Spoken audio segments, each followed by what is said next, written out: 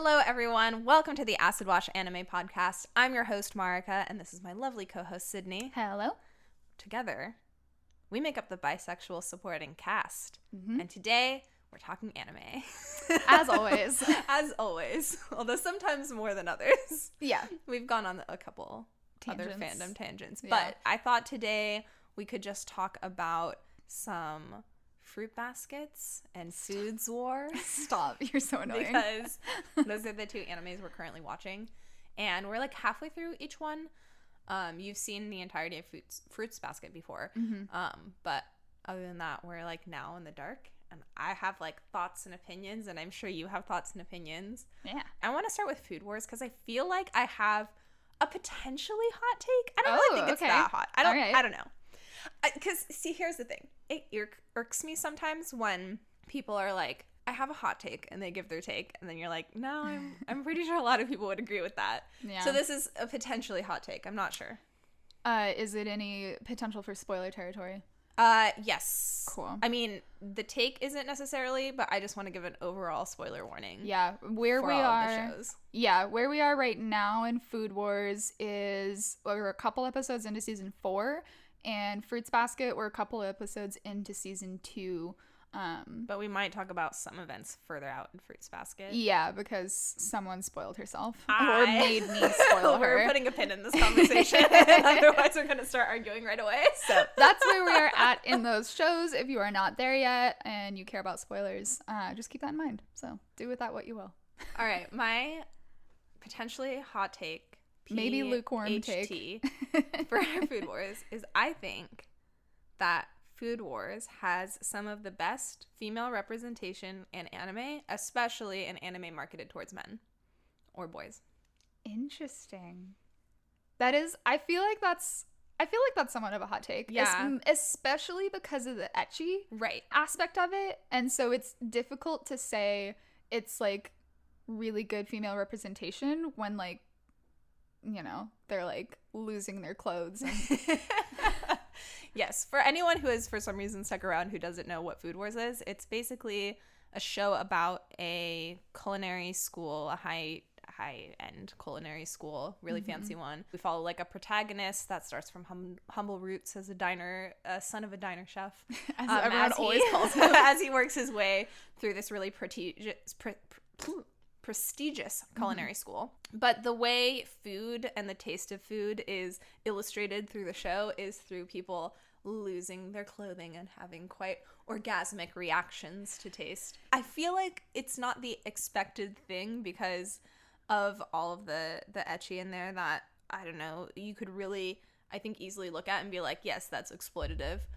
But I think that all of the female characters are really well-rounded, have clear motivations of their own that they express and like go towards. And I don't think you find that a lot in male marketed anime. You know, there was one point when we were first-ish watching My Hero, and it was before season, I think even 4 came out. I think it was before. Did we watch it when season 4? Did we start it when season 4 was already out? Yeah. Then it was before season 5 came out. And there was like one point where because I really latched onto Shinso really early on. And I was like, why do I even like him? Like, he's not that much of a character. And I was comparing him to Mina. I might have even said this on the podcast. I don't remember. Maybe not. But I was like, I should love Mina. Like, Mina should be a top character of mine. Like, one, she's just aesthetically like what I like. I love the pink. Super cute. She dances. I like that. She's really cool. She's strong. Like, she has an interesting quirk. I mean, her hero outfit is a little something to be desired, but and I was like, why don't I like her as much as I like Shinso, who has arguably like similar-ish amounts of screen time? And I was like, is this kind of an internalized underlying misogyny there? Like, because I think a lot of people, they say this like, oh, we'll like female characters once they're well-written type narrative, or like, we don't ship female characters because they're just not written in dynamic. And sometimes I'm like, yeah, and sometimes I'm like, how much of that is true, or how much of that is just like I'm just not going for the female characters because subconsciously I have a bias against them. So I was warring with this with Shinso and Mina for a while. Before, I think I just came to the conclusion that Mina just doesn't have a driving thing that is expressed in the show that's ever explored that I really cared about, where Shinso, in the very short amount of film time that he had before season 5, he like has a story that's really compelling. He wants to be a hero, but he has a quirk that like doesn't let him be easily recognized, have that desire be easily recognized.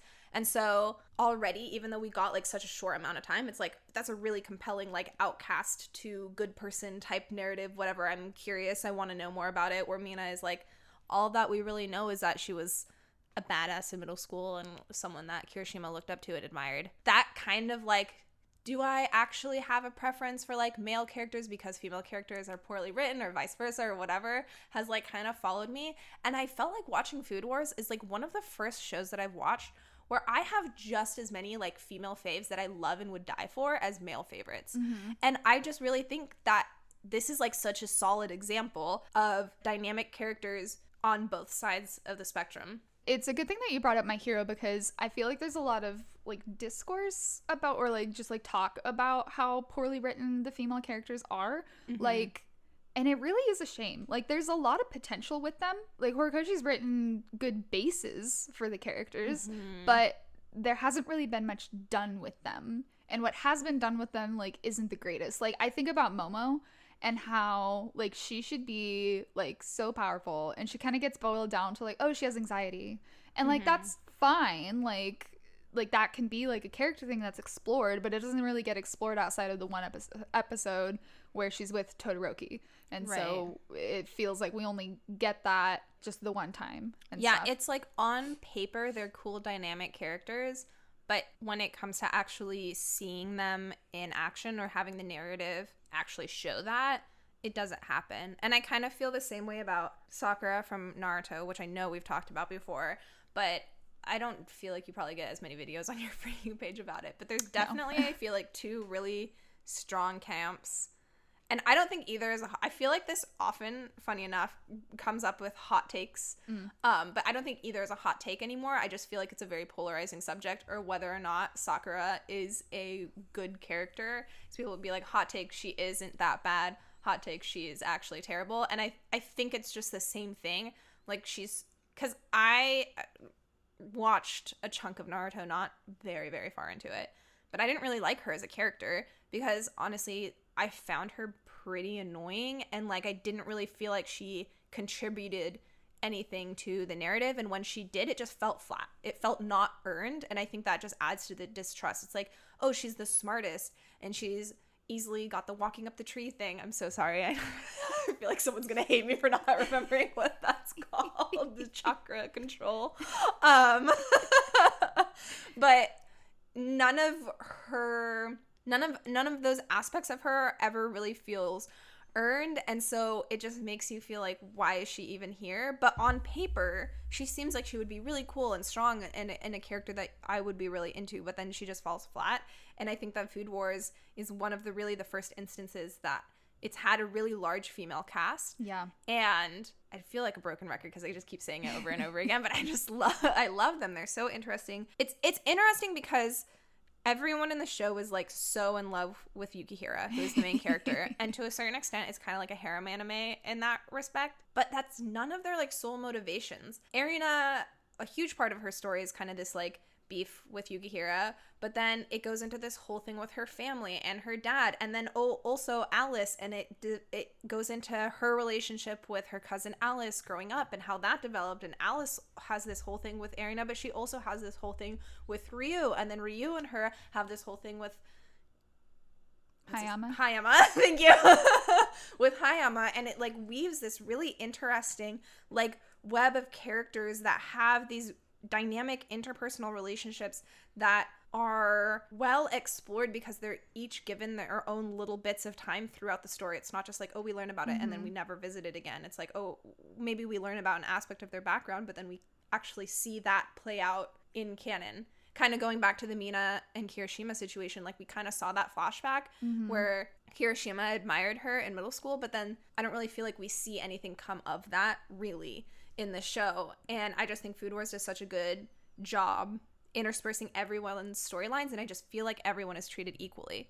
And even with the ecchi, it does lean heavier towards the females, I think, being more exposed more often when it comes to eating, but not that badly. Like, I don't think it's overrun with, like, the naked girls and you don't see any. You see, like, plenty of naked guys. And we have Ishiki Senpai who walks around naked all the time. Like, we don't have a female character that walks around just naked all the time. No, although we do get plenty of shots of them changing and they're in their It's underwear. true. Yes. I panty would say shots. some of the shots of the females seem more voyeuristic, whereas the males becoming undressed seems more like of their own control. Like Ishiki's walking around naked because he wants to. The director goes bare-chested because he wants to. Where you're right, we do see a lot of the scenes of girls being like, they're changing, they're in the bath. It's like times when people aren't really supposed to be looking out into them. Yeah, or like we just have like, I think we had like one random shot, I can't remember, but it was like framed at pelvis level and like aimed up, and it was just like you get kind of like a view of the crotch and like boobs like really in your face while they're just talking. Like there's absolutely no reason for it to be this like really provocative shot. But it is. Like we're almost like, what the fuck is happening right now?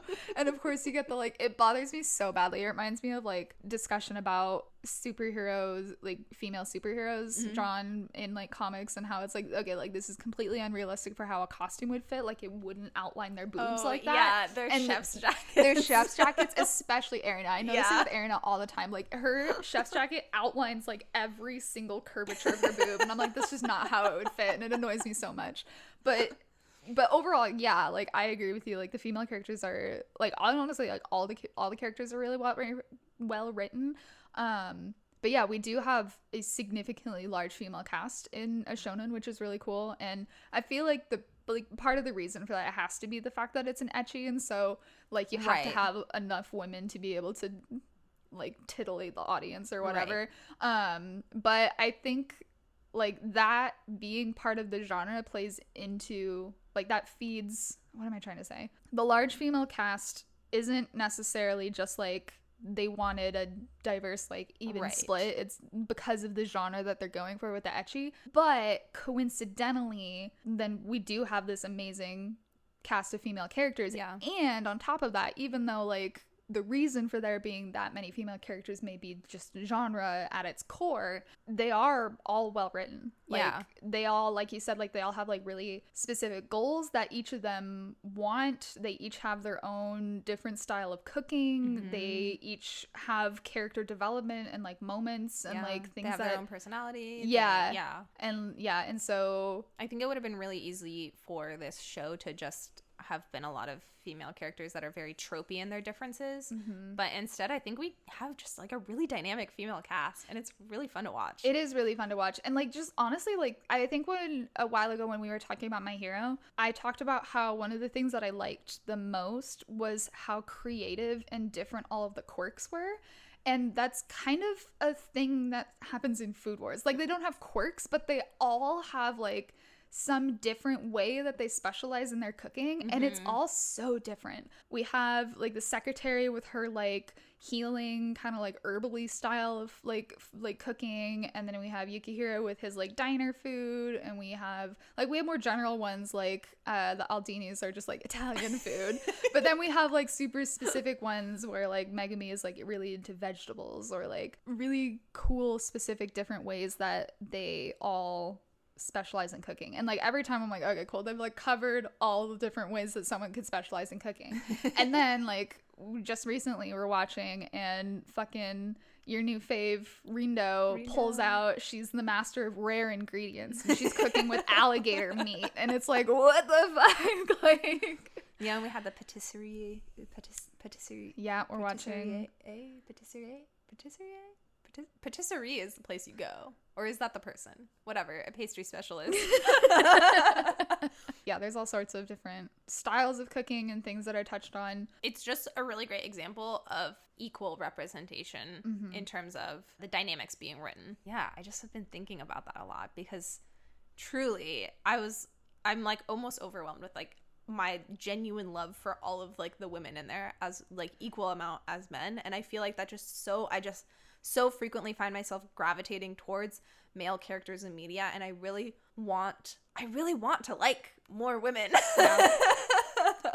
But it just isn't out there sometimes. I was watching a YouTube video that was talking about LGBTQ representation, but I feel like this can apply to females as well, where I think it was specifically talking about trans representation actually, and how now there's kind of this expectation that when you portray someone who's trans, it has to be quote unquote good representation, but then what is good representation? You just end up with boring characters because you're afraid to make imperfect characters. Where's the line? But I think like the same thing can kind of be said for like almost any minority character that you're portraying. I want to like strong characters, but I don't want to like just boring strong characters who are just there to like be strong and have nothing else that is about them. And so yeah, I'm fucking here for Food Wars, and I recommend it to anyone. It's a little bit to get into because it hits you with the ecchi in episode 1. It really does. Episode 1 goes a lot harder than most episodes. Yes. There are some episodes that are like, you know, I'm thinking specifically of the girl that has the gross cooking. Oh, yeah. Like, whenever she did her stuff, it was all, like, the bondage gear and stuff. Like, there are episodes that go, like, really hard in it, but, or harder rather than the first episode, but as compared to the majority of it, I think the first episode goes harder than most, so it really hits you out of the gate with it. It makes me think of, like, compared to, like, Orange is the New Black, like, Orange is the New Black season 1, full of sex scenes, like, oh my god, like chock to the brim. Every single episode. My mom was watching it, she's like, oh, you've seen this, let's watch it together, and I was like, no thank you. But then once you get into the later seasons, like it's still there, but like it focuses more on the plot rather than kind of like the shock factor. And so yeah, I was quite reluctant to get into Food Wars. Marika kind of had to like force me into it lovingly. But I was like, I'm not interested in this at all. It's not something that I would have ever picked up on my own. And it did take me a while to get into it. It wasn't until like the autumn elections arc in season 2 that I really got into it. Yeah.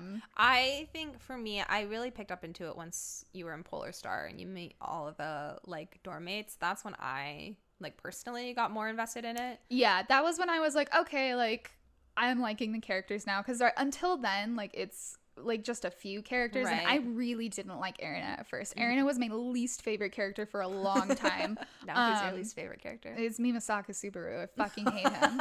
Actually no, it's Erina's dad right now, but I hate Mimasaka. Mimasaku? I don't know, whatever. Fucking copycat man. I fucking hate him. Anyway, could not stand Erina at all. And then like we met Polar Star, and I was like, okay, cool, like now I have some like more characters that I like. And then in the autumn elections is when I was really pulled in to like the plot and everything that was happening, and I was like rooting for the characters and things like that. And that's also when Mimasaka got introduced, and I found someone to hate with a passion. And so then I was like, I have to watch the next episode to see if he goes down. Yeah, but autumn elections is also when you really, really delve into Aldini, who is still your favorite character? Yes. Yeah. Takumi Aldini. Yes. Yeah, because there's 2 of them. So I feel like that also probably helped Yeah, but something that I've really appreciated is that I think Food Wars is playing the long game. It really takes advantage of time to portray the characters' like development and really to dig into the themes that it's kind of like trying to work on. Like you get sprinkled in, like I like we have a huge cast of characters right now, but we didn't start off that way. Like I mentioned, like we really only start off with a few in the beginning, and then we meet Polar Star, and then we get to autumn elections and we meet more people, and then now we've started to meet more of the upperclassmen, whereas previously it was like mostly all focused on the first years. And so it does a really good job of bringing in characters in a way that's not overwhelming. And also just the way that they've like the characters' relationships have developed and everything. Like you kind of start off with like you have a few like friend groups and like Erina's crew, and then you have Yuki here in the Polar Star, and then you have some other people, but now they're like they're like all a squad and they're like all friends, and like, oh my god, being able to watch all of them kind of come together and have new dynamics, and like the Aldinis and like Nikumi like starting to hang out at Polar Star, and then everyone kind of ending up together. They like, did such a good job going, like, taking you on the journey from viewing certain characters as antagonists to allies. Yeah. And they've even done a really good job. It's like the Haikyuu effect where you like kind of root for both teams. Yeah. They've even done a good job to a certain extent with that in this final Shokugeki that we're watching, where it's the like not team 10. Elite 10. Elite 10. This is fucking Jake Paul up in here. Team 10. The Elite 10. Is that what it's called? Is that right? Yeah, it's the Top Elite 10? 10. It's the Elite 10. Central, whatever. The 10 members, what's left of the Elite 10 members, that are standing with Central versus our like protagonist squad of people putting up for the resistance. Obviously, we don't want Central to win, but they have also created such like compelling individual characters that even though the like monolith of Central, I'm like, yeah, fuck it, I want it to take down, I still want to see some of these individual characters like succeed. Like, it almost hurts me to think of just Rindo losing. Like, I just love her so much. And I think they do a really good job of creating characters where you really care about the outcome of everyone. Mm-hmm. And you're curious at least about the outcome of everyone. Yeah. Yeah, I think all of Central can go burn in a fire.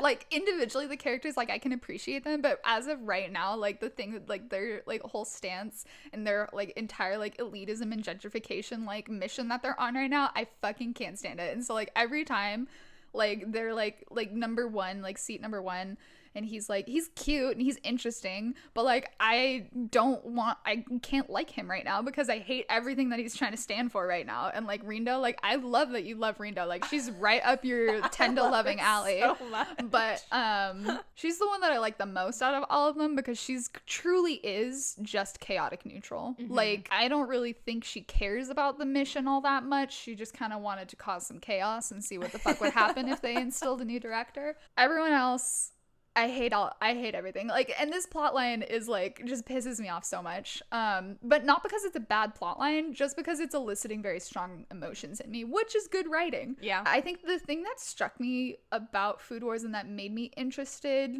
despite not really wanting to watch it, was the way that it kind of emphasizes classism and elitism through the world of cooking, which is like a really deep plot and like themes to go into that I was absolutely not expecting from a show like this. Like, we're watching this and I was like, this show is about gentrification. Like, we're like 2 episodes in and I was like, this girl's naked, but like they're talking about themes of classism and like and like I really appreciate that, and I have like really strong feelings about stuff like that, kind of coming from my linguistics background. Like, a lot of the history of how lower class populations were purposefully kept illiterate in order to like keep the top on the top, and like censorship and all sorts of like anything like that. Like, oh my god, it just like really pisses me off. And so like I have a lens specifically linguistically that I understand about that kind of behavior in society, and so watching all of this stuff happen, and especially with this plot line where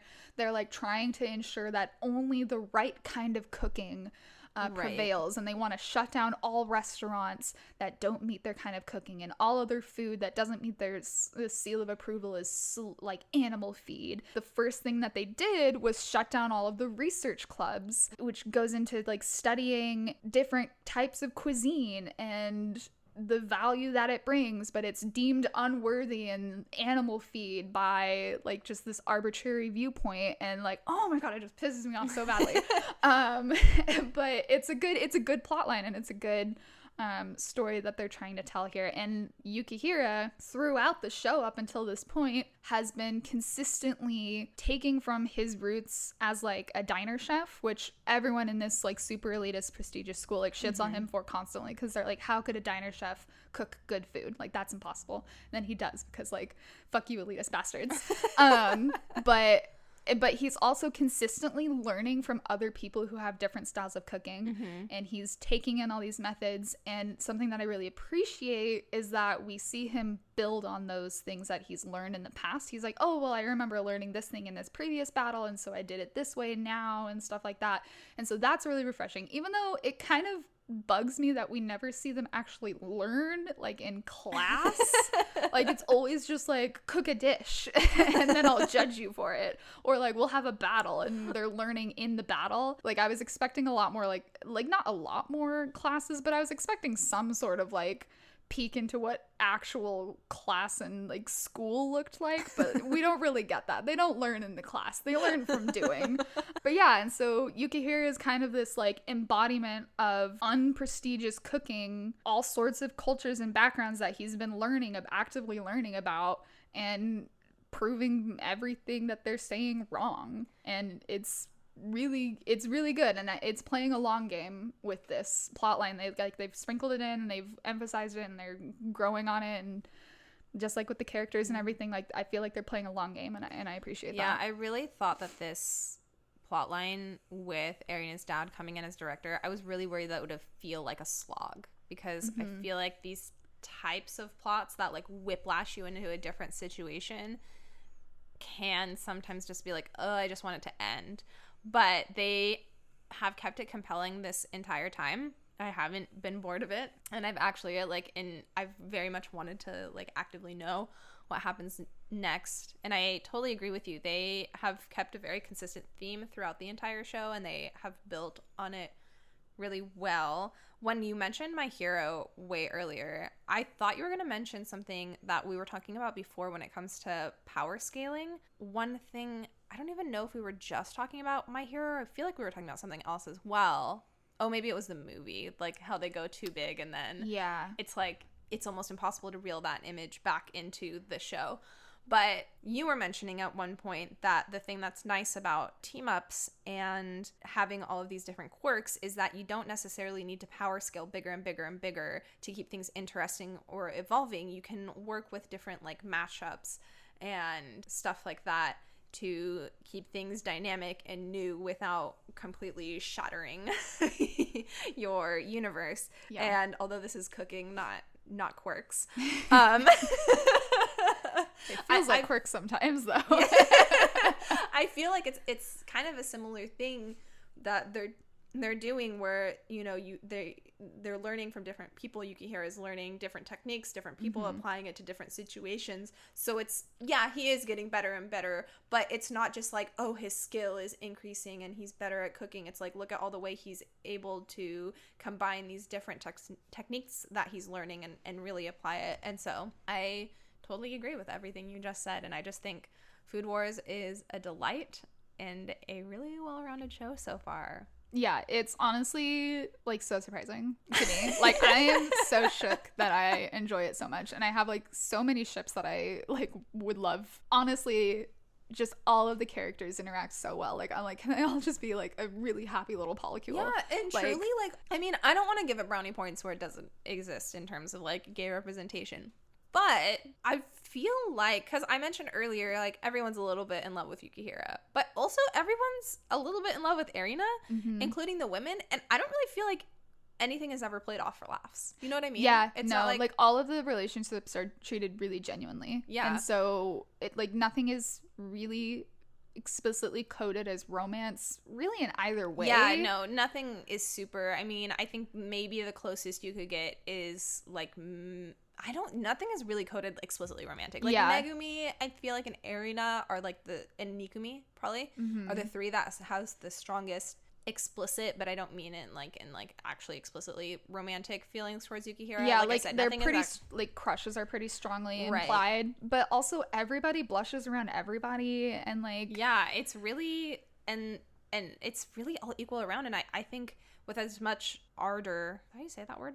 Yeah. Ardor as the three of them have for Yukihira, the secretary, Nikumi, to a certain extent, Ikumi towards Erina have like almost the exact same reactions, where they're bashful and blushing and like kind of have that way of acting when you act around a crush. Yeah, and especially the secretary and Erina, like they like like they kind of like weren't talking for a while and they were like really missing each other, and like yeah, you would miss a friend, but it was just, I don't know, it just like had a vibe to it. And yeah, it was really interesting. And then there's like moments like where like Ishiki is like walking around just wearing an apron and his butt cheeks are glistening for the camera, and like our two bozo like bro guys are like blushing and staring at his butt. They're like, oh my gosh, he's naked, and like they're just like ogling his naked bare ass, and I'm like, that is not heterosexual behavior.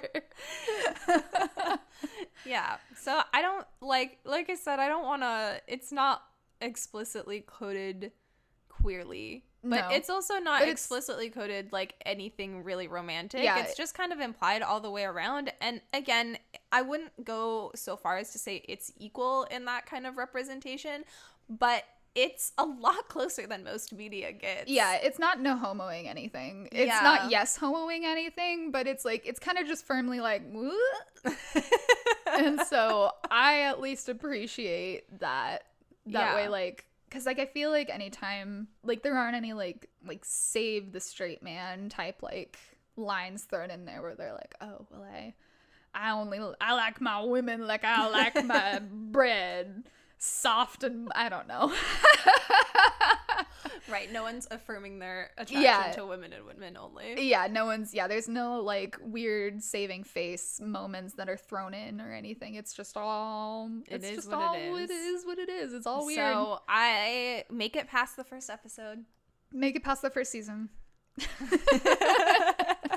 If you're me. I just find it because of the first episode, because I think there's a lot of shows where it's, you just say, oh, it gets really good after the first season, because I feel like a lot of times, especially when shows that are longer and that have like a more dynamic cast, they have to start off slow because you just can't jump into everything. And so I feel like it's really common to hear like, oh, just like wait a little bit, get into it. But I feel like I have to preface, like, just make it past like the first episode. It's not all about that. And honestly, the pacing of the show is really good. I think what I mean when I say I can tell it's playing a long game is like, I feel like with a lot of media these days, people are like, shows are really scared of getting canceled. And so they'll sprinkle in some like maybe long-term plots, but for the most part they're all really packaged really well in like a single season. That way if they get canceled, it's still like at least somewhat satisfactory, and they don't have like super big hanging plot lines or something. So like I feel like a lot of media these days, perhaps less so in the anime and manga world, like I think of like superhero shows or like Supernatural or something and things like that, like they weren't playing a long game, and then once they do get renewed, it's like, okay, well now we have to come up with a longer plot or another plot or something, and that's when shows kind of tend to fall apart.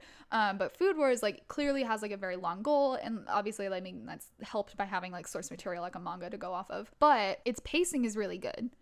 And like the cooking battles don't take long, they don't all go the same way, like it's not always like the second dish that gets shown wins, like sometimes it's the first, and they go back and forth. Such a good job of keeping you on your toes about who's gonna win certain situations. Like it's so frequently that they are having a shokugeki and I'm like, I don't know who's gonna win. Like I think it's gonna be this person because I feel that way or because of plot reasons, but like I'm not confident. Like I'm left guessing a lot of the time, which is very enthralling. Yeah, or you're like, okay, cool, so like this battle took up 2 episodes, so the next 2 are also going to take up 2 episodes, and then it'll only take up 1, or it'll only like they'll wrap up 2 battles in 1 episode, like we just happened. Like they were like, all 4 of our dishes are done at once, so like let's take care of both, like judge all of them at once, and then we still had half an episode left. And so the pacing is really good. Like it doesn't feel drawn out, it doesn't feel the same old every time. And something else that's interesting about the pacing, I think, is I've noticed that the seasons end, and I mentioned this like in personal conversation, but the seasons end in the middle of mini arcs, but not at the end of main arcs. I know nothing about this. I don't pay attention to seasons. Like I'm pretty sure season 1 ends like a little bit into the autumn elections. Like I think 1 round of autumn elections is done, and then we start the full thing. Or like just now when starting season 4, like the end of season 3 was the end of the first bout of this like big team shokugeki that we're doing. Whereas like normally I feel like the season would end before any of the team shokugeki would, and then the team shokugeki would be the focus of the entire season. Whereas it's like it kind of sprinkles it in. It's a really interesting way because it's like, okay, that was a resolution, but not really. So like now we have to see the next season. So that's a really interesting way that I've noticed they frame their seasons that I have never seen another media source do before. That's a little insight that I had about this show. I was like, wait, well, they're ending the season on this at this note? Like it's resolved because like it's the end of the battle, but like also we still have more of this like thing to see. So I think that's really interesting too. All right, it's time, drumroll please, to talk about the big FB. Should I actually drumroll? No, please don't actually drumroll. I was like, I feel like you wouldn't want me to do that because it'll fuck with the mics. How are you liking watching Fruits Basket with me? I like it. I think you've got into it more than I thought you would. Like the times that you've been like, can we watch another? I've been like so shook. I'm like so happy. And it's so easy for you to goad me into watching another because like I fucking love this show. Right. So for a little bit of context, this is one of your favorite animes. Yes. As of our last ranking, it was number 2. I don't know if it still holds that spot. Probably. I haven't thought about it. And you were kind of wanting to watch it with me, but I was very resistant to it. Yes. For the record, not because I thought I wouldn't like it, but because I don't generally like love triangles. And I knew that I just was going to be unhappy no matter what with the resolution of that, which I still think I probably am going to be. And so I just didn't, I thought I was going to really like the characters and I was going to get into it and I was going to be disappointed with the end. And I didn't want to watch something where I knew I was going to be disappointed at the end. So you saying you're surprised that I got into it? I'm not surprised I got into it. This is exactly what I was expecting. Yeah. It's because we've talked in the past how you're a character-driven person, right? And I think the characters in Fruits Basket are really strong, and I think they're very lovable. And so I knew you would like it in that regard. I feel like I should have rewatched the episode where my Sydney's segment was about Fruits Basket, and like I talked about you wanting to do it. Or like me wanting you to watch it, but like my hesitations about it. That way I can remember what we previously said. But alas, here we are. So I remember I asked like, are you just not wanting to watch it with me because, or are you worried that I'm going to like rip it apart as we watch it? Yes. Because that's what I know, that like I feel like I am glad that you love me, because I recognize that when left to my natural inclination for watching shows, I can be very annoying. Like, and I'm not annoying when I watch with like a bunch of other people because I rein it the fuck in. But I know that I complain about stuff and I point things out and I made commentary on what we're watching, and I recognize that can be very annoying. But you put up with it with me for the most part. But I'm also very aware that this show has like a special place in your heart. So I was like, man, she might hate me by the time we're done watching this show. No, there haven't been too many moments where I've been like annoyed at you for what you're saying. It mostly happened recently, when you were ragging on Kyo. He's such a boring character. He's not. He is. We haven't seen a lot of him so far. That's fair. And maybe he becomes more interesting down the line. But right now, he is white bread without the crust. He is an uncrustable sandwich. Oh my god. Yuki is Dave's killer blues bread. Shut up. Anyway, no, like sometimes like what I was worried about with this show and dynamic. Will you stop? But sweet. Shut up. It's my turn to talk. Well, I was worried about watching this with you. One of the things I was worried about was your reaction to all of the like heartfelt monologues, which you've done a really good job at not laughing at most of them. Yeah, mostly I just think they're like whatever to me. Yeah, like that kind of stuff really isn't your style. No, it's really not. But that's like a big part of the show, and it I don't get any like personal meaning out of it, but like it makes me feel a lot for the characters and stuff, and I'm like, oh, this is so good for them to hear and stuff like that. And like a big thing that people always say about Fruits Basket is they're like, oh my gosh, every episode will make you cry because it's like a therapy session per episode. If you are crying at every episode, you need to get therapy, not use this show as therapy. Like, yeah, there's some touching moments, but not cry at every episode moments. Yeah, but like also when I was watching it as it was coming out, like I got like emotional over them, like just like, and part of it was cry at every episode? No, I did not cry at every episode. I don't even think I cried at one episode. But there you go, therapy free. But it does make me like feel, and it makes my heart ache, and it's like a catharsis type of show for me. And I know you also don't like that. Like you don't. Yeah, I don't tend to like that feeling, but also I don't really get that from Fruits Basket. Like for the most part, those just sometimes they're ridiculous, and they won't be. I'll be like, oh my god. But for the most part, they're just whatever. I just accept it as a part of being it, and it doesn't faze me either direction. Yeah, so I'm glad that hasn't thrown you in any sort of way. Something that I do love about you is why do I feel like an insult is about to be given? No. Something I love about you is how like you don't necessarily get, I feel like the phrase is like led by the nose or something. There's some sort of phrase like that. A show will very clearly try to take you down a direction, and very, very often you will not go down that direction. You're like, no, actually that's dumb. And so I love it because like you're like your own thinker. You're not easily not fooled, but like you're not easily overcome by whatever is immediately presented before you. Like you have a critical mind, and you like think through things, and you have your own opinion, and you're really strong in that, and I love that about you. Sometimes it's really annoying when the show is trying to lead you down a direction and I want to go down that direction, and you're like that's a stupid plot point, or like why would the characters are being dumb right now, and I'm like, no, it's just like how they are feeling and their personality in that moment, and you're like, I hate it or something. I don't know. Is there a specific instance? I don't have concrete examples right now, or like the end of season 1 Fruits Basket with the whole Kyo true form thing. I hate his true form. Is that what you're talking about? Like, I understand that you hate the visuals of the true form. It's not about that. It's about like the whole kind of like arc of that. Like him beating up Toru. Oh my god. Is that what you're talking about? How I don't find it romantic that he like smacks her around as this big giant Yu-Gi-Oh monster.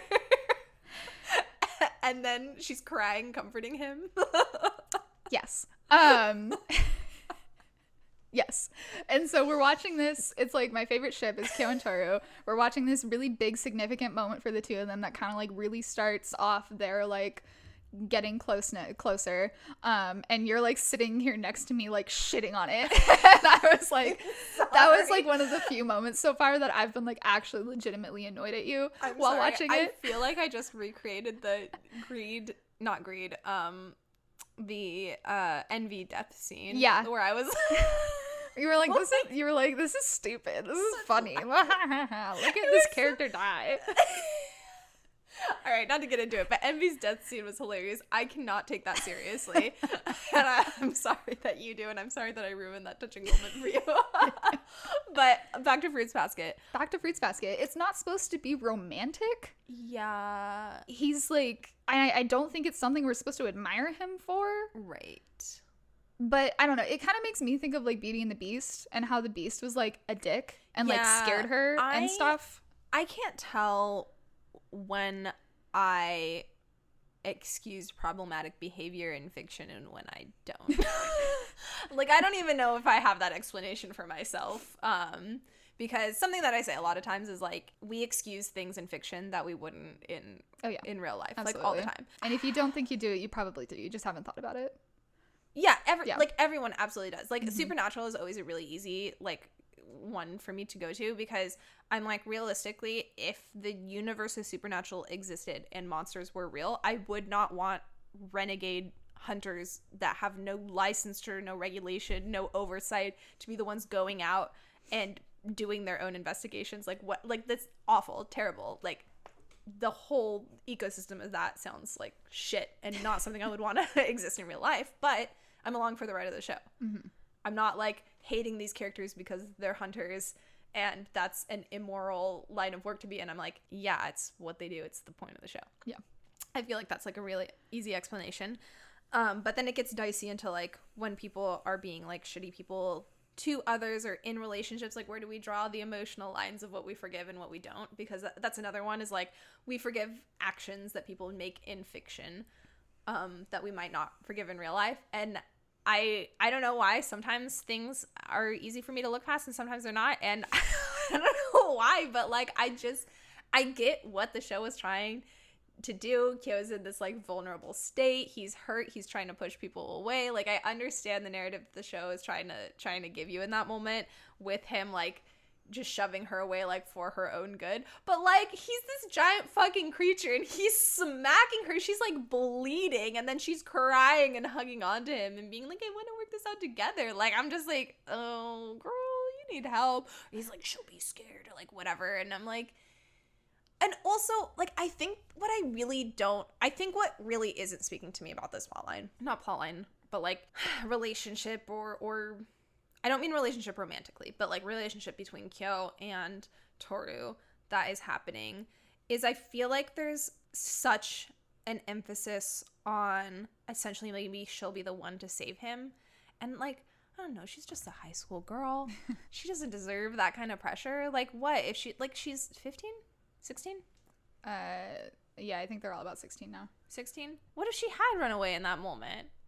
I feel like that's a perfectly reasonable thing for a 16-year-old to have done. And like, I don't know, I'm like, I feel like they're putting so much pressure on her to like be his savior. And no one's like talking about how that's actually a lot of pressure. They're just like, oh yeah, she's Toru and perfect. So like, of course she's gonna do that. But it's like, dude, she's 16.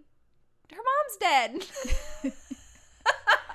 Yeah, and there's like it's not just that they're trying to have her be Kyo's savior. They're trying to test out if she'll be the savior of all of them with the curse. And like there's more, it makes more sense once you know everything about it. So all right, we'll put a pin in my opinion until later. Yeah, but like as it is right now, like yeah, like that's a totally valid viewpoint to have. I love Kyo, and so I think part of it is that you don't like Kyo already, so you're already not sympathetic towards him, and so you're not going to view his actions in a sympathetic light. Yes, I agree. That is a true statement. And so, or those are true statements. So I think that's why you're like more critical of it already. Yeah, and not even like necessarily more. I think that's definitely have something to do because I could be critical but be like, yeah, but I still like it. But I just don't, and I think it's just because I don't have that connection to Kyo. I do find him like really cute in some instances, and I really like some of his interactions. Even some of his interactions with Toru like are absolutely adorable. I feel like this is coming across like I hate him a lot more than I do. I don't actually hate him. I play up a little bit my quote unquote dislike of him because I know you like him so much, so it's kind of fun to rag on him. I definitely don't like him as much as a lot of the other characters, but he's probably, I like him more than poor lady Kaga. Yeah. So but I don't know, I just love Yuki and and I just don't understand how anyone can watch this show and look at Kyo and Yuki and not see that Yuki is like so much better than Kyo. Oh goodness. Yeah, I'm sorry for being super critical of the really deep touching moment. But okay, can we talk about his design, his like true form design? I really don't I don't want to harp on it too much, but I don't feel like it fits in that universe. Yeah, it's weird. I think and I think you made a really good point in that like it's supposed to look weird and jarring, but it looks weird and jarring in a way that just like it looks like it's from like Yu-Gi-Oh or Digimon or like something weird. I haven't really looked into why his design is like that. I'm wondering if maybe it might have something to do with Japanese culture that we just don't know about. Like maybe there's some sort of like mythological monster that he's supposed to be embodying. I do not have anything to back that up. That is simply a thought that I had that I have not looked into at all. I mean, the style is the same, but the stylization of it feels wrong for the universe. I don't think it portrays the like that like it's supposed to. It just portrays to me like there's a difference between it like looking like it fits in that universe and it's like it's out of this universe, but it's like in the universe, and just being like this doesn't look like it's in this universe. You know what I mean? Did that make any sense? Yes, kind of. I just hate it. I guess that's the conclusion. I don't like it, and I know you're not supposed to like it, but I don't like it as a design element. Yeah, you don't like it from like the plot, what the plot is telling you, not telling you. You don't like it from like visually. Yeah, like exactly. Yeah. The thing is, I like almost feel like that moment could have been done in a way that I got on board with, because I kind of love that. Like I love the like he's almost forced to reveal himself against his will, but like, and is expecting her to like not follow, but she does. Like I that type of thing is a situation that I can fully get behind, and I don't know why it just doesn't hit for me in that moment. It mostly made me sad just because I was really hoping that moment might turn you around on like them, but it really didn't. No. So I'm hoping that season 2, they get a lot more development in season 2. Kyo gets a lot more focus in season 2, so hopefully you'll at least be okay with them by the end of it. I'll be fine with them. Like, I like them together. I don't know. You were asking me what my favorite ship is, and when it comes down to it, truthfully, I think my favorite ship is the 3 of them together, Kyo, Yuki, and Toru. So it's not that I hate Kyo. I just don't find him compelling on his own. And I find Toru's relationship with Yuki more interesting than his relationship with her, so there's that. But again, like, I don't like love triangles, so I don't even just want Toru and Yuki to be together, because then I would feel bad for Kyo, even like don't even like he's the whatever. I feel like I've made my opinion clear on his character, but I still don't want him to not be there. And they did really beautifully set up from the very beginning her like, oh, the cat is her favorite zodiac, whatever, like da da da, and then he is like, no one's gonna love me, but like she's here and already loves him essentially. They set up that really well, so from that narrative perspective I want to support that, and I want that to work out. So anyway, long story short, the 3 of them should all get together, but mostly Toru should get with Hattori. Stop. I'm just saying, they talk about a hot vibes. The show is explicitly like, there's this woman that he was in love with, but he couldn't because of Akito, whatever. But now there's Toru. That's exactly what the show said. The show is just showing Toru bringing hope and love to everyone's lives. Yes. Not necessarily romantic love. Well, she just heals all their souls. Yeah, that happened, and then there was a few moments, I can't remember them quite off the top of my head, but it was like, oh, like better call Hattori, or like Hattori's gonna come too or something, or like Tori's like, how's Hattori, or like there's just like a couple, like nothing that was like actually coding their relationship, but stuff that Marika could squint at and I could roll my eyes at because she knew it would bug me.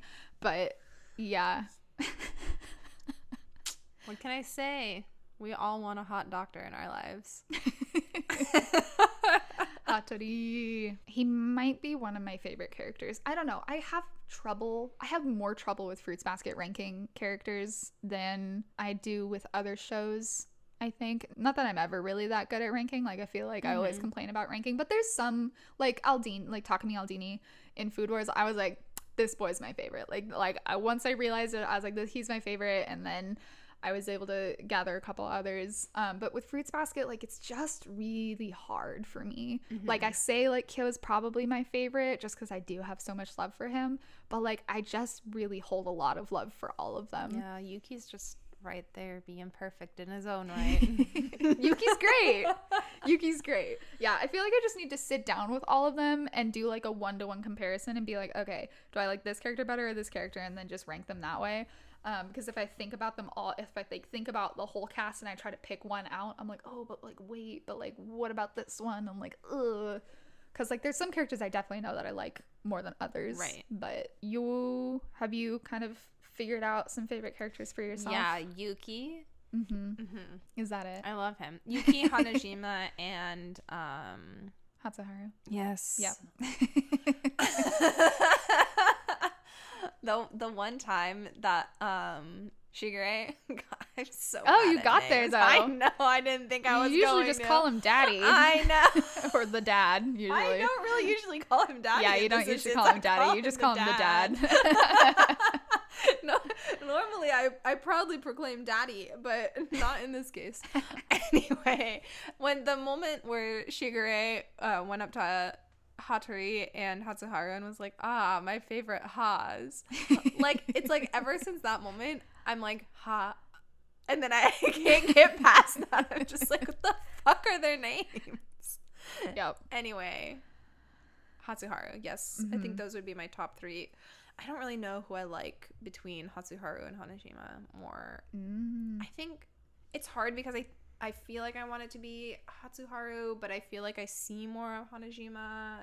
I just love her. So when we started watching this, you had me write down my guesses for your top 3. Are you revealing it? Do you want me to reveal is my question. Like, do you want to wait? Yeah, you totally can. I thought you were going to wait until more characters were revealed. I didn't know if you had guessed anyone in the future. I was originally going to wait until we were slightly more into season 2 because by then we've met like everyone, but none of the characters that we're going to meet in season 2 were in my guess for you. Got it. So we could reveal now. Reveal. All right. I didn't have Yuki in there. I feel like I should have. I went into this show with Yuki as my one true love. I know. I just didn't think. I don't know. I wasn't I knew you would like him. I wasn't expecting you to love him this much. So I didn't have Yuki in there. Which, as soon as you like watched I think 2 episodes, and you were like Yuki, I was like, God, I fucked up. I love it. Yeah. But also for the record, I feel like I've been saying that a lot. I don't know for the record how many times I've said for the record. Take in this, a shot. In this episode.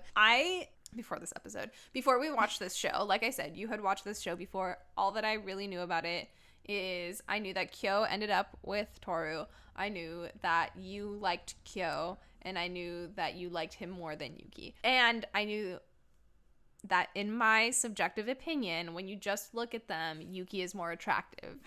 And so because you liked Kyo more than Yuki, and Yuki's hotter than Kyo, I was like, I would just rib on that. And I'd be like, yeah, because Yuki's the better one, and like Yuki's perfect, and like Kyo sucks. And so I had this kind of joke going before we even watched the show. But when we started, I was fully prepared to eat my words, essentially. And like, I wouldn't have been happy about it. But I was like, there's a good chance I might like Kyo more, because if he's the better character, I'm probably going to like him more. And then I watched it. I was like, no, I was right this entire time. Yuki is a wonderful human, and he deserves everything good. I can Motoko. Motoko. Yeah. That's what I said. I thought you said Mokoto. No, Motoko. Okay. Well, yeah. Yeah. How are you feeling? Well, I guess we can talk about this in a second after we finish with the favorite characters. Yeah, you have to reveal who you thought my top 3 was. Yeah. So then, like, so you have like 3 archetypes that for my favorite characters that you tend to lean. Fascinating. But I only really have 1 for you. Oh yes. Yeah. I have like archetypes that I put on yours. Yes. Okay. Yes. But you have one for me. I only have 1 like favorite character archetype for you, which is like the crazy ones. And so I looked at the show and I was like, okay, who's the most crazy? And I picked this person, even though I didn't think you would like them, and you don't. But they are the most crazy, and I picked Kagura. Oh. I was like, she might throw a curveball and like Kagura, but you really don't. Yeah. That's how I felt when I guessed that. We did the same thing, but opposite for Food Wars, because I had seen some of Food Wars before I got you to watch it with me. And that's how I felt. Well, not that you don't like them, but when I put, what the fuck is his name? Now I can only think of Hanajima, and that's obviously wrong. The cinnamon guy in Food Wars. Oh, Hayama. Ha. I was like, he's like the Daichi of Food Wars. Whatever. We don't have to get into it if he is or he isn't. But in my mind, my logic was like, oh, he's like the Daichi of Food Wars. He's the most attractive, or one of the most attractive. I was like, I'm gonna put him on the list. And then you like did not like him. Yeah, I'm like warm to him now. Yeah, but only because you like him, Rio and Alice. Yeah, I like them as a throuple. They're like the white coat trio is my like favorite throuple in the show now. Anyway, so yeah, I went with Kagura, even though I knew she was probably a long shot. Yeah, and really that like did Kagura. fail. Kagura is probably my least favorite character that we've met. Yeah.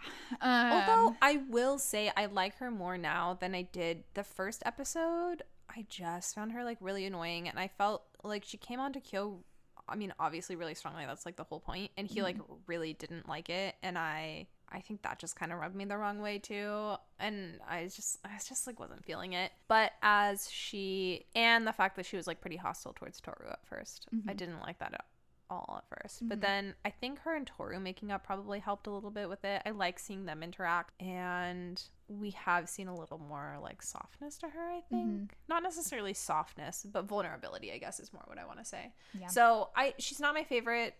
Like I said, she's probably my least favorite, or one of my least favorites, but I don't dislike her to the extent that I did when I first met her, which was a lot. And then my third pick was Hatsuharu, mostly just because I was really hoping you would like him. Wait, what was your second pick? So it was Kagura. Oh, I didn't talk about Yuki. Yeah, because the first one I talked about wasn't Yuki. We missed one. Yeah, no. And so the other one that I guessed was Hatori. Oh. So my picks were Kagura, Hatsuharu, and Hatori. Because I really like Hatori. Yeah. I think him and Hatsuharu are the most attractive characters in the show. Okay. But yeah, and so I was he's hot, but he also like looks exactly the same as Shigure. So how can you say that he's hot when like Shigure and like Shigure isn't? He doesn't look the same as Shigure. They look very similar. They have different vibes. They do have different vibes. I'll give you that. Personality is a big part of attraction. Okay. Oh my goodness. Anyway, no, yeah, I was just thinking that you might like Hatori because I think he has like the mature like man. Yeah, I mean, if I had to fuck someone, it would be him. You're not wrong. And I think he's a sweetheart. So I was. He is. That's why he's perfect for Toru. You need to stop. You're gonna get us canceled.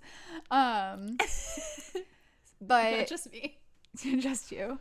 Forbidden love. But I had a runner-up in characters that I thought you might like, and my runner-up was Hanajima. So I feel a little vindicated that I got like. Why was she the runner-up and not in the top 3? I just wasn't sure. I just put my money on Kagura because like I was going between for like the crazy character. I was picking between those two, and I put my money on Kagura just because she is the more crazy. And I don't know. You like the wild cards. Sometimes you like the wild cards, and so I do love me a Tendo and a Rindo. And a Rindo. Whoa. So that was my predictions for your favorite characters. Wow. So 1 of 3. That's the same and, that I got for my runner-up for you. Yeah. Your runner-up doesn't count. That's why it's a runner-up. Yeah, well, I'm proud of myself. We know each other's favorite characters equally. I wish we could do this more often, but I feel like we don't really watch shows independently of each other that we don't want to already watch together. I just don't watch shows on my own that frequently. Although I did start JoJo's Bizarre Adventure recently. I am 2.5 episodes in. Watching it 5-10 minutes at a time as you eat something. Yeah, this is what I think I've come to realize is I don't like watching something without doing something else. So even if I'm not doing anything, and that doesn't even need to be productive, but like if I'm watching like YouTube videos, I'm usually like playing a game on my phone, or I'm like watching something and I'm doing dishes. Like I don't just like, or I'm watching something and eating. Like, I don't just, like, sitting down and watching something to watch. The only time I really do that is if I'm with other people. And so, watching anime on my own, non-dubbed anime, there is a JoJo's dub out there, but the one on Crunchyroll is just sub. It's like, or watching things with complicated plots. Those are the 2 stipulations. Anime, which I have to read subtitles for, or plots, it's like, I can't watch those while doing something else that is taking either my attention, like, focus away from the screen, or taking any mental brain power that I like have to think of. So it's like, okay, I'm gonna watch it while I eat. Okay, like how long do you eat for?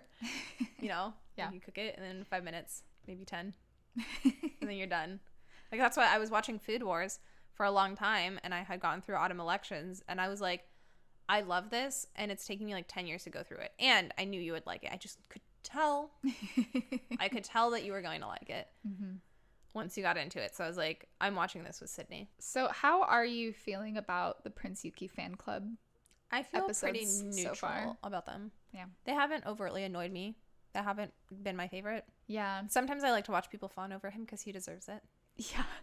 It like started off, one of the more recent episodes that we watched started off with Motoko.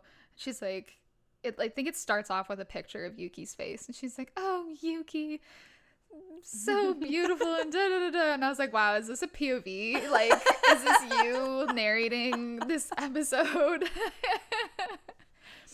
And so I was like, man, I can't believe, like, the Prince Yuki fan club is pretty mild at first, but like there's a couple episodes that revolve entirely around them. So far it's just been like kind of half of the plot. Like we had like, it was Prince Yuki fan club, but it was also Hanajime backstory and like stuff like that. But there's like a couple episodes that is just them, and I want to like just tear my hair out, or mostly like it's like watching paint dry for me. Like I just don't care about those characters emotionally. Knocked Fruits Basket to a number 2 to you from Haikyuu. And there's a couple other things that we'll see that we haven't gotten to.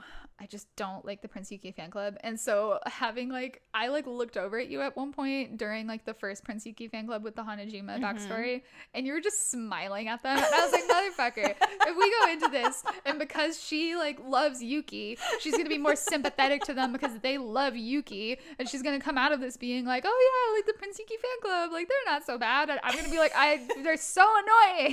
I feel like I can't fully back them because obviously they're participating in actions that are overall detrimental to Yuki's life. However, I understand their motivations. All right. Are we going to talk about the elephant in the room? Are we going to talk about the elephant in the room? Yeah. Are we? Are we going to talk about your spoiler that you made me give you? I didn't make you give me anything. You were going to find it out for yourself anyway. I'm sorry that I'm perceptive.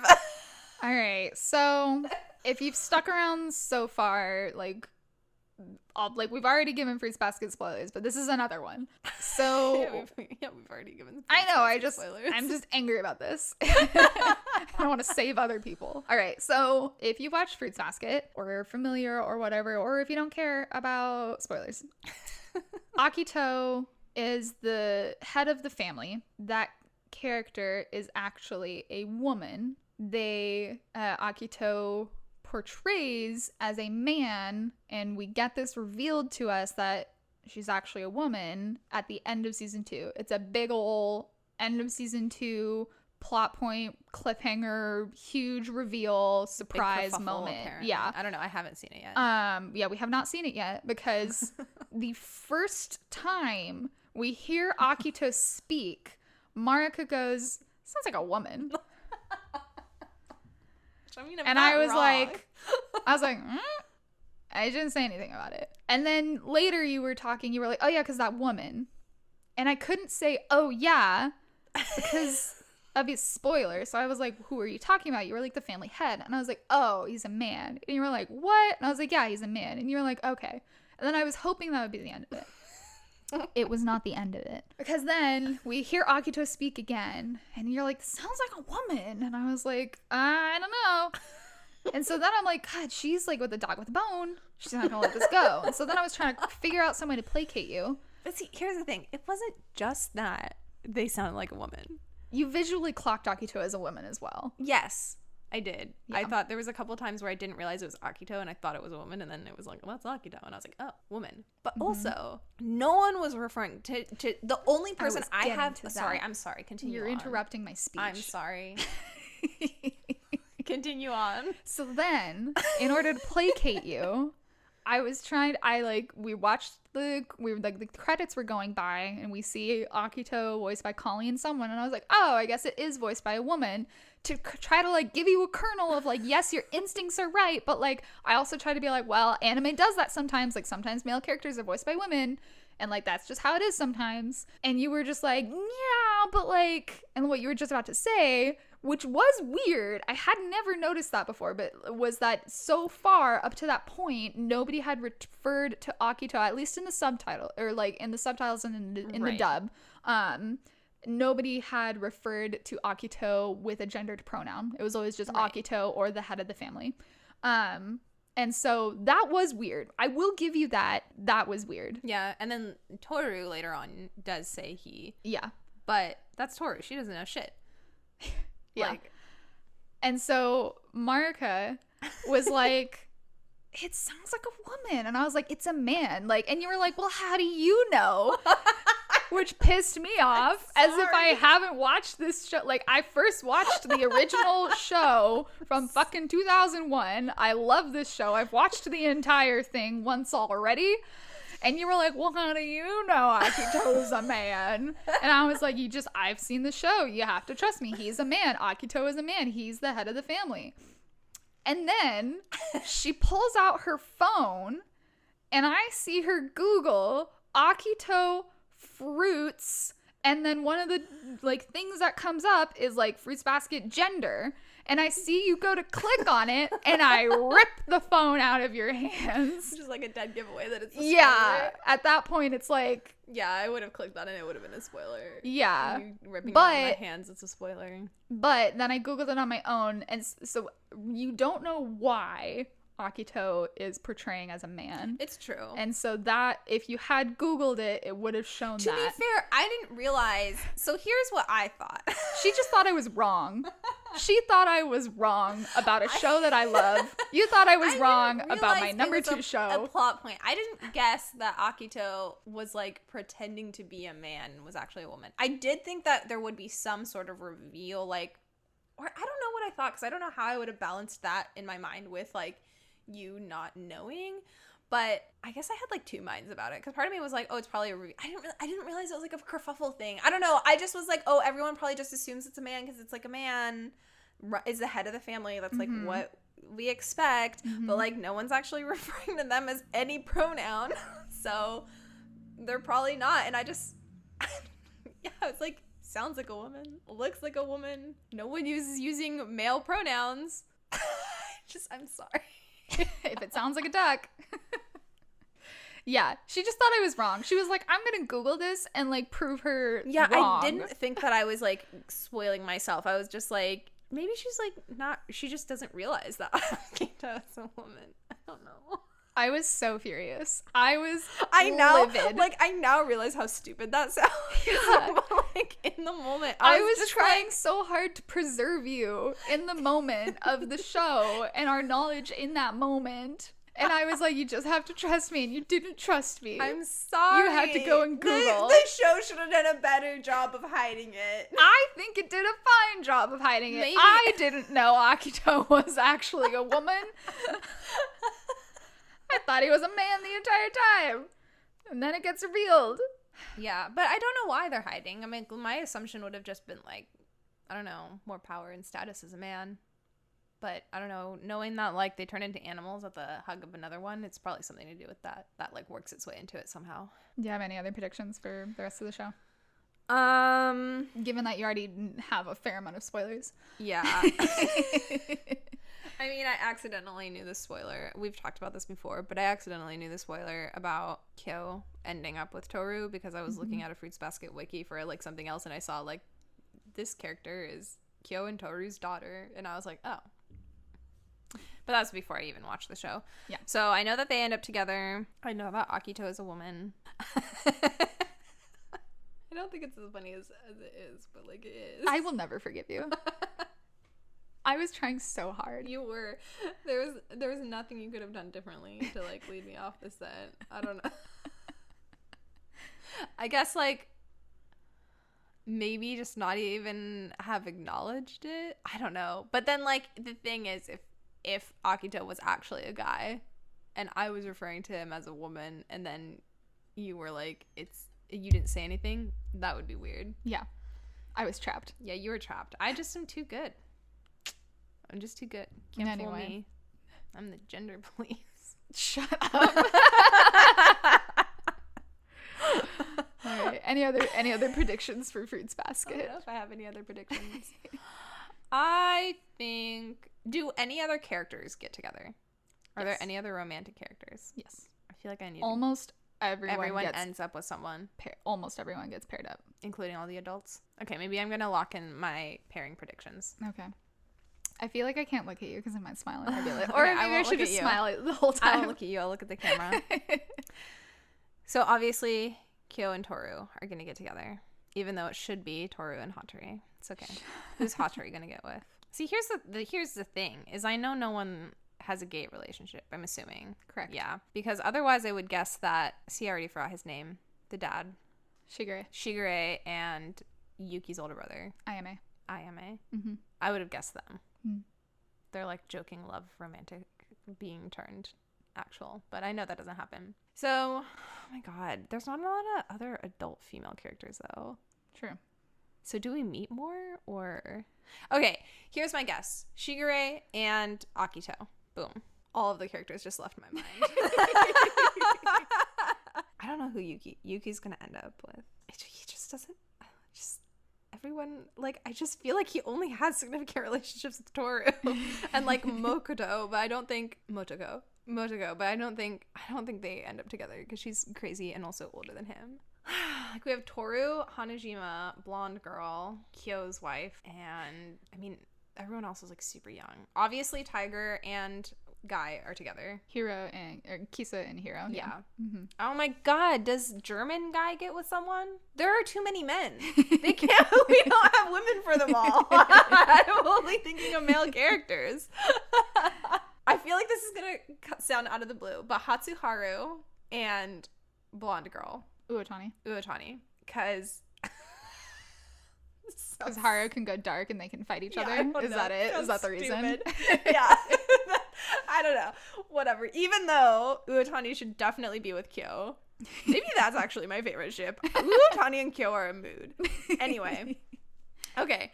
So Kyo, I'm going to have to cut this out so much because I feel like I'm spending so much time thinking. So we have Kyo and Toru, Uotani and Hatsuharu, Hanajima and Yuki, because those are my faves together and they would be a power couple, and if he can't have Toru then or Kyo, he can at least have Hanajima. We are out of women. I've paired up all the women. I feel like an idiot. Am I missing women? Kagura. Oh yeah, who's Kagura gonna end up with? I feel like it would make sense for her to end up with Yuki. She's older though. By 2 years? I think so. Somewhere around there. Like a year to 2 years older. So it would be out of this realm for her to be with the doctor. Oh my god. Like, he gets another person. Or does he just stay tragically single because his one true love is banished? Or does he get back together with his lady? But she's, like, engaged to someone else. She's getting married. She's already married. So it would be kind of unkind to her to bring her back into the fold. Kagura. Who is Kagura gonna be with? Oh, fuck. She's probably gonna be with Yuki. I hate that, though. That's such a George Weasley moment. Except for no one's George dying. and Angelina. Kagura will be with German man. That's who's Momiji. left. That's who's left. Am I missing any characters? Who haven't I paired up? I guess I haven't paired up doctor or older brother at this point. Yeah. Oh, God. There's not female adults. Do we meet more female adults? Am I missing female adults? List me out some female adults. You've hit all the major ones. All the major pairings? I've gotten them all? No.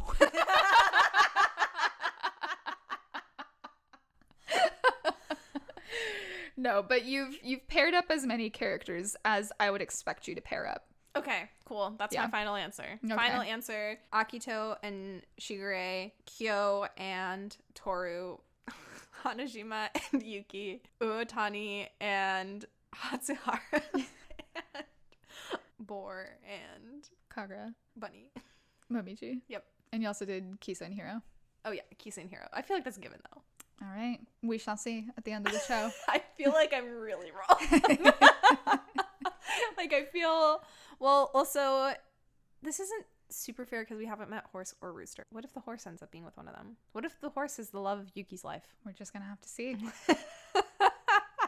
That brings us to the end of this podcast. Thank you so much for listening. Follow us at Acid Wash Pod on Twitter and TikTok. We haven't posted anything yet, but hopefully by the time you're listening to this, we have. Hopefully. And as always, Fuck Google Podcasts. You can't do that. Goodbye, everyone.